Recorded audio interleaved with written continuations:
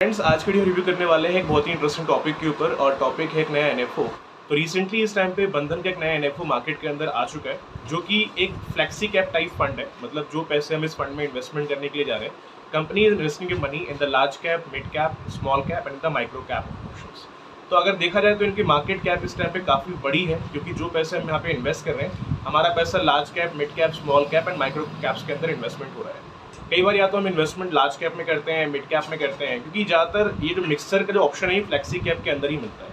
और आज का रिव्यू करने वाले हैं सिर्फ और सिर्फ इसी फंड के ऊपर कि ये फंड क्या है, किस तरीके से काम करने वाला है, इसका स्टार्टिंग डेट क्या है, एनएफओ का एंड डेट क्या है, अलॉटमेंट डेट क्या है, एनएवी का प्राइस यहाँ पे क्या रहने वाला है। Will discuss everything in the same video, so बने रहिए स्टार्टिंग से लेकर एंड तक, ताकि इसका पूरा इन्फॉर्मेशन प्रॉपर तरीके से आपको मिल सके। सबसे पहले अगर हम फंड की बात करें तो फंड का नाम है बंधन Nifty total market index fund. मतलब ये नाम से मालूम पड़ रहा है कि एक इंडेक्स फंड है, ठीक है। And whatever amount we are investing, इनके पास में लगभग 750 कंपनी के ऑप्शन अवेलेबल है।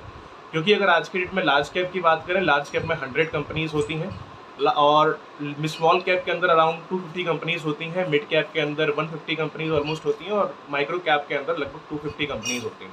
तो 250 हो गया माइक्रो कैप के अंदर, स्मॉल कैप के अंदर 250 हो गया, मिड कैप में 150 हो गया और लार्ज कैप में 100 हो गया।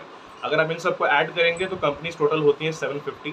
तो एक बहुत अच्छा खासा मार्केट इसने कवर कर रखा है। मतलब ऑब्वियसली सी बात है यार, अगर ज़्यादा सेक्टर्स अवेलेबल रहेंगे तो आने वाले टाइम में ग्रोथ का चांस ही बढ़िया रहेगा।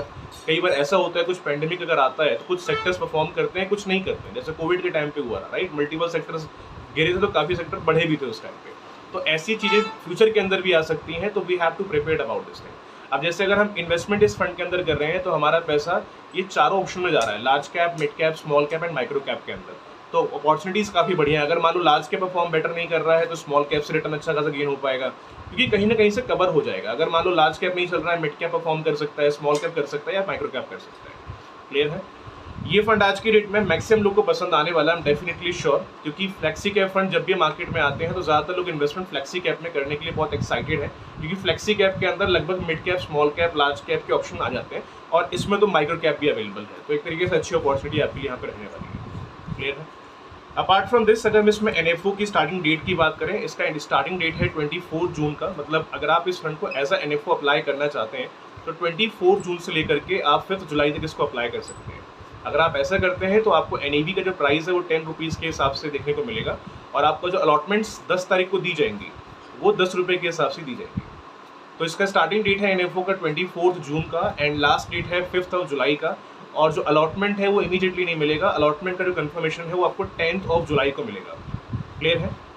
अपार्ट फ्रॉम दिस, अगर हम इसमें रिस्क की बात करें, इसमें रिस्क कितना इस टाइम पे होने वाला है, तो गाइस इसमें रिटर्न के चांस तो अच्छे खासे हो सकते हैं, बट इसमें रिस्क उतना हाई लेवल का होगा, क्योंकि जो पैसा हम इसमें इन्वेस्टमेंट करने जा रहे हैं, हमारा मैक्सिमम पैसा आज के डेट में मिड कैप सेक्टर्स के अंदर इन्वेस्टमेंट इक्विटी के अंदर इन्वेस्टमेंट हो रहा है। तो इक्विटी के अंदर आप मैक्सिमम पैसा अगर आज की डेट में इन्वेस्टमेंट करते हैं तो ऑब्वियसली सी बात है, रिस्क का चांस भी उतने हाई लेवल का होता है। तो यहाँ पे रिस्क होने वाला है वेरी हाई। रिटर्न के चांस की अगर बात करें तो रिटर्न भी लगभग आप यहाँ से 20-25% तक का एक्सपेक्ट कर सकते हैं, क्योंकि जो flexi cap fund already past के अंदर आ चुके हैं, अगर हम उसके हिसाब से एक्सपेक्टेशन अगर लेके चलते हैं तो ऑन एन एवरेज यहाँ से भी आप 20-25-30% तक के रिटर्न जनरेट कर सकते हैं। लेकिन अगेन आई एम टेलिंग, ये कोई रिटर्न गारंटीड नहीं है, ये सब्जेक्ट टू मार्केट रिस्क ही रहेगा। तो एक बार इन्वेस्टमेंट करने के पहले सबसे पहले आप ये अंडरस्टैंड करिए कि जितना इसमें रिस्क अवेलेबल है उतना आप ले सकते हैं कि नहीं ले सकते हैं, then this can be the better option for you. बात करते हैं इन्वेस्टमेंट अमाउंट इसमें कम से कम कितना होने वाला है। तो इसमें जो मिनिमम इन्वेस्टमेंट रहेगा एसआईपीज़ के लिए, अगर एक एसआईपी के फॉर्म में अगर आप शुरू करना चाहते हैं तो 100 रुपीज़ दे करके आप इस फंड को शुरू कर सकते हैं एज अ एसआईपी। और अगर आपको लमसम कुछ पैसे इसमें इन्वेस्टमेंट करने हैं, जैसे आपको अगर एसआईपी नहीं करनी है, आप चाहते हैं मैं एक वन टाइम पैसा पे करूँ एंड देन मुझे हर महीने पे करने का टेंशन ना हो, तो इसमें लमसम का ऑप्शन भी अवेलेबल है। आप अगर चाहें तो 1000 रुपीज़ कम से कम दे करके इस फंड को लमसम के अंदर भी आप शुरू कर सकते हैं। तो ऑप्शन इसमें एसआईपी का भी है, लमसम का भी है। आपको लमसम करना है, एसआईपी करना है, ये चॉइस आपकी। अपार्ट फ्रॉम दिस, अगर हम इसमें एक्सपेंस रेशो की बात करें तो एक्सपेंस रेशो एनएफओ है, तो मल्टीपल जब भी एनएफओज आते हैं तो कई बार कंपनी उनका जिक्र पहले नहीं करती, खासकर म्यूचुअल फंड, इंडेक्स फंड वगैरह के अंदर। तो इसमें अभी एक्सपेंस रेशो का जिक्र नहीं किया है, वो कंफर्मेशन आपको अलॉटमेंट के बाद ही मालूम पड़ेगा कि कितना कैश में एक्सपेंस रेशो रहने वाला है। दूसरी चीज़, अगर इसमें हम बात करें एग्जिट लोड की, तो इसके अंदर एग्जिट लोड रहेगा। ये एक ओपन एंडेड स्कीम है, मतलब अगर आपको अपने पैसे विड्रॉ करने हैं तो अपना पैसा आप विड्रॉ तो कर सकते हैं। मान लो आपने अभी फंड परचेज किया है, अपने 10 साल को गोल को डिज़ाइन करके मुझे 10 साल के बाद पैसे चाहिए, 15 ईयर्स के बाद चाहिए, बट अगर उसके पहले कुछ आपको पैसे की ज़रूरत पड़ जाती है तो अपना पैसा आप इसमें से कभी भी निकाल सकते हैं, लिक्विडिटी इसके अंदर पूरी है, क्योंकि आज के टाइम मैक्सिमम लोग को लिक्विडिटी इन्वेस्टमेंट के अंदर चाहिए है और लिक्विडिटी इस फंड के अंदर आपको आसानी से मिल जाती है। बट इसमें एक कंडीशन भी है, अगर अपने पैसों को अलॉटमेंट डेट से लेकर के अगर आप 15 डेज के अंदर विड्रॉ करते हैं तो इसमें जो एग्जिट लोड रहेगा वो 0.25% का रहेगा। तो ट्राई ये करिए कि अलॉटमेंट डेट से लेकर के 15 डेज के बाद ही अपने पैसों को निकालिए, ताकि एटलीस्ट वो जो 0.25% का चार्ज है वो जो लग रहा है वो ना लगे। तो इसमें होने वाला है आपका ये एग्जिट लोड 0.25% का, अलॉटमेंट डेट से लेकर अगर 15 डेज के अंदर पैसे विड्रॉ करेंगे तो 0.25% का यहाँ पे एग्जिट लोड रहने वाला है। क्लियर है? लास्ट एंड लीस्ट सबसे पहले एक सवाल मन में और आता है कि अगर हम इस फंड में अगर इन्वेस्टमेंट करने जा रहे हैं, जैसे कि आपने बताया इक्विटी बेस्ड फंड है, मैक्सिमम पैसे इक्विटीज़ के अंदर ही लगाया जा रहा है, रिस्क होने वाला है वेरी हाई, तो हमें इस फंड में इस टाइम पे इन्वेस्टमेंट करना चाहिए कि नहीं, और कर भी रहे हैं तो रिटर्न कितना यहाँ से रिटर्न का स्कोप रह सकता है। तो देखिए ये जो फंड है गाइस इक्विटी बेस्ड ऑप्शन है, मैक्सिमम पैसा इक्विटीज़ के अंदर लग रहा है, तो रिस्क तो इसमें रहेगा वेरी हाई। तो इन्वेस्टमेंट करने के पहले सबसे पहले तो आप ये अंडरस्टैंड करिए कि जितना पैसा आप इसमें लगाने जा रहे हैं क्या आप उतने पैसे पर रिस्क ले सकते हैं कि नहीं। अगर आपकी कैपेसिटी है कि मैं 2000 लगा करके 2000 रुपये रिस्क आसानी से ले सकता हूँ तो आप उतना पैसा लगाइए, क्योंकि अपना पूरा पैसा एक फंड में लगा देना बिल्कुल समझदारी नहीं होती है। So try to diversify your money in the multiple funds.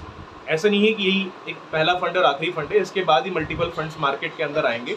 But आपका बजट इस टाइम पे जो भी है, जैसे अगर 10,000 ही बजट है तो थोड़ा सा ट्राई करो कि कम से इन्वेस्टमेंट करो, कभी अपना पैसा पूरा एक फंड में मत डालो, ट्राई टू डाइवर्सिफाई। लेकिन हाँ, रिटर्न की बात करें, रिटर्न के चांस काफ़ी अच्छे खासे हो सकते हैं, बिकॉज जो फ्लेक्सी कैप फंड पास्ट के अंदर आए हैं मैंने उनके रिटर्न चेक किए हैं, ऑन एन एवरेज बेसिस पर उनके रिटर्न 25-20% 30% तक के रिटर्न चल रहे हैं।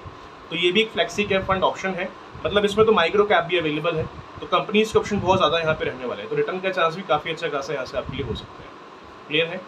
सो गाइस आई होप ये वीडियो यहाँ पे क्लियर होगा। और टैक्स वाला जो एक ऑप्शन है, टैक्स वाले एक बेनिफिट एक बार आप पढ़ लेना, इसमें LTCG भी होगा और STCG भी होगा, मतलब long term capital gain tax and short term capital gain tax. Long term में पैसे विड्रॉ करेंगे तो 10 वैसे मेचोरिटी विड्रॉ करते हैं तो 10% का इसमें टैक्स देना पड़ेगा, which is long term capital gain tax. And with in 1 year के अंदर पैसे विड्रॉ करेंगे तो 15% का STCG होगा, this is short term capital gain tax. जैसे अगर हम LTCG की बात करें तो इन सब में भी कंडीशन होती है, अगर आपका साल का प्रॉफिट अगर मान लो 1 लाख से अगर ऊपर गया है तो उस पर जैसे 10% का टैक्स लग जाता है, जैसे LTCG की बात करें। बट स्टिल एक बार अपने एंड से आप एक बार गूगल पे सर्च करना what is LTCG and STCG। अगर मैं उसकी पूरी इन्फॉर्मेशन दूंगा तो ये वीडियो बहुत लंबी हो जाएगी, तो try to go on the Google, then simple search करना what is LTCG and STCG and what is the condition of this. जो भी क्राइटेरिया है इसका आपके सामने ऑटोमेटिकली आ जाएगा। सो गाइस आई होप ये वीडियो आपके काफी हेल्पफुल रहा होगा। फिर भी कुछ डाउट्स अपना क्वेश्चन आप रेज करिए कमेंट में, I try to give the answer as soon as possible. तो मिलते हैं नेक्स्ट वीडियो के अंदर, तब तक के लिए have a nice day, thank you.